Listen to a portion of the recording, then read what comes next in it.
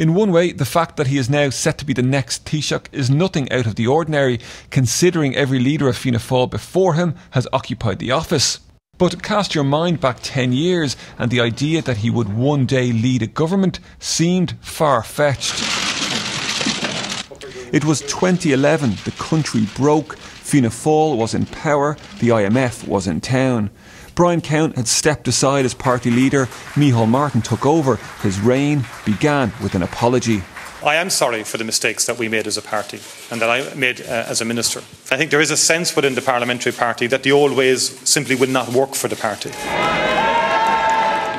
His Dáil career had begun 20 years earlier, in 1989. Back then he was tipped as a rising star of the party, a future Jack Lynch. I'm not running around the place with that fixation in my mind, and some people think I am, but I'm not. He became Bertie Ahern's youngest minister in 1997. In 2000 he moved to health. His greatest achievement surely was the introduction of the smoking ban. He was accused though of being indecisive in office, the setting up of the HSE2 perhaps a less flattering part of his legacy.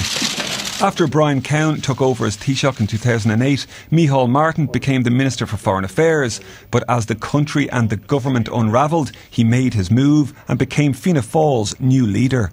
Delighted, great honour indeed, absolutely thrilled. His first task was damage limitation. The 2011 election would be devastating for the party, returning with just 20 seats, its worst ever performance.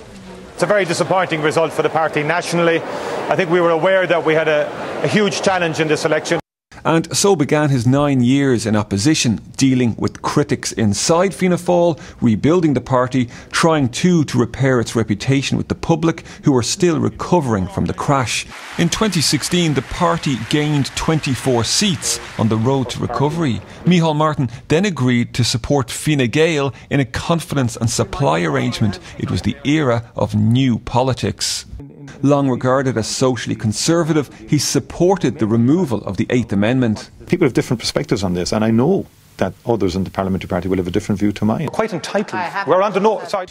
In February's election, he lined up to take on Leo Varadkar. It was Mary Lou MacDonald, though, that made the most gains. But it's Micheál Martin who is now set for the top job until December 2022.